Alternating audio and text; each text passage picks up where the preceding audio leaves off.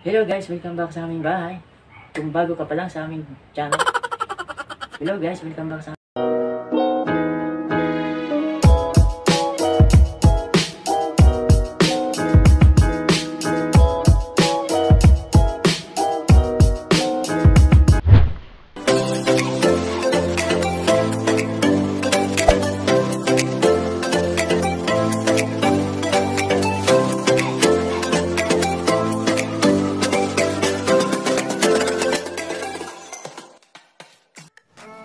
Hello guys, welcome back sa aming bahay. Kung bago ka pa lang sa aming channel, don't forget to subscribe and click the notification bell para update ka sa mga videos na ginagawa natin.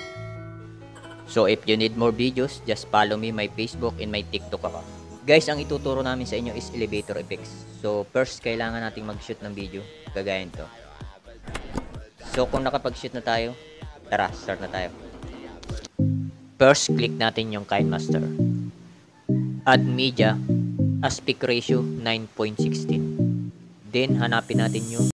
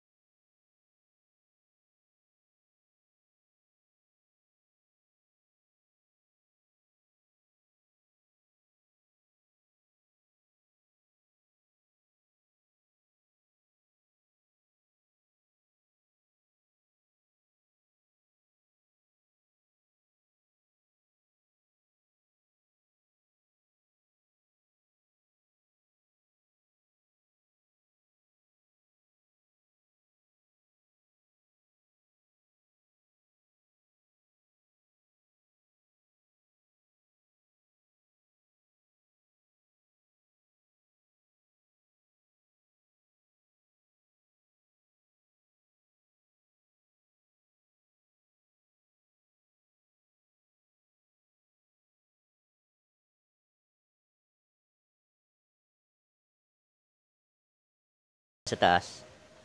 Then click natin yung malaking square dyan sa gilid.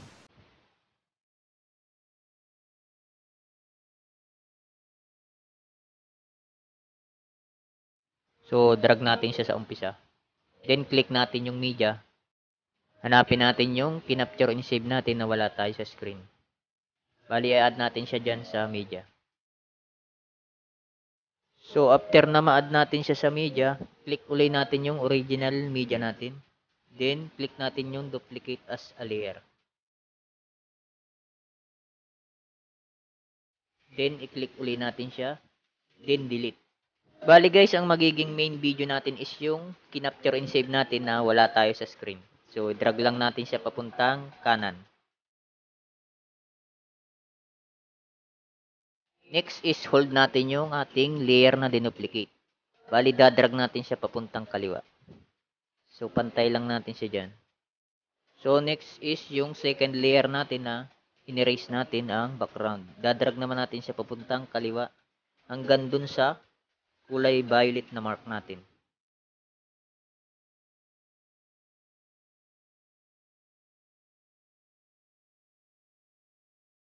Click natin yung second layer natin. Then, click natin yung bring to front.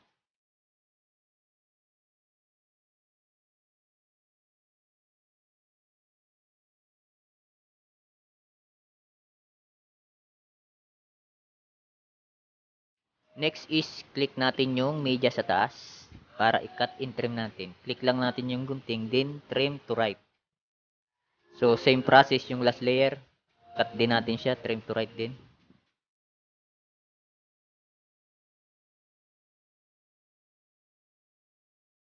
So, next is, click natin yung layer. Then, drag natin siya pababa. Bali, pipit screen natin siya. Make sure guys na sakto lang siya dun sa screen natin.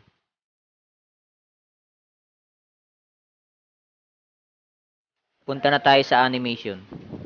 So, click uli natin yung layer. Then, click natin yung parang susi.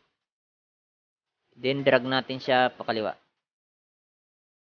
So, stop tayo dun sa kulay violet na mark. Then, click natin yung plus sign. Then, drag uli natin siya pakaliwa. Drag natin hanggang sa dulo. Then, hold natin pataas yung ating layer. Drag lang natin siya pataas. Yan. Then, click OK. Play natin.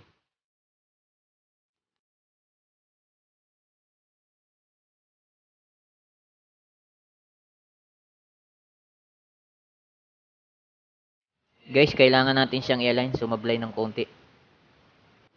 So, kunin natin yung tamang timing ng ating pagtaas. So, drag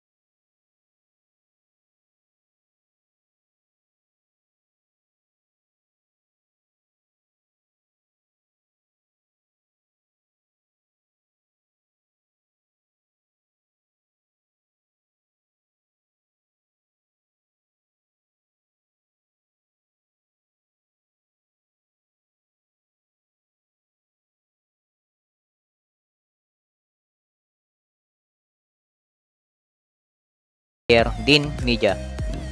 Then, hanapin natin yung dinownload nating sound effect. So, naka-ready na siya. Bali, na-download ko na siya sa YouTube.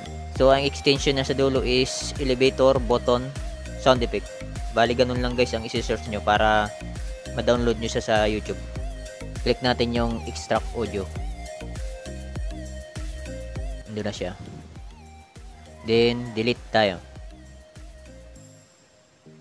So, matitira na lang yung music niya.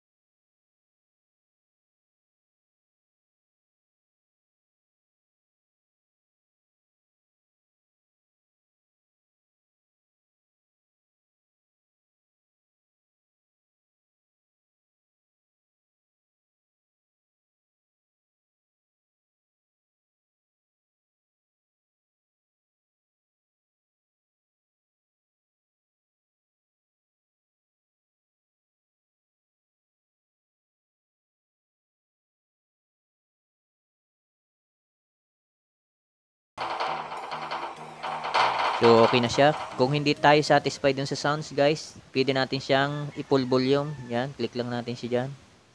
Then, pull natin yan para mag-pull volume siya. So, click natin one by one. Same process para mag-pull volume siya. So, ganun lang, guys.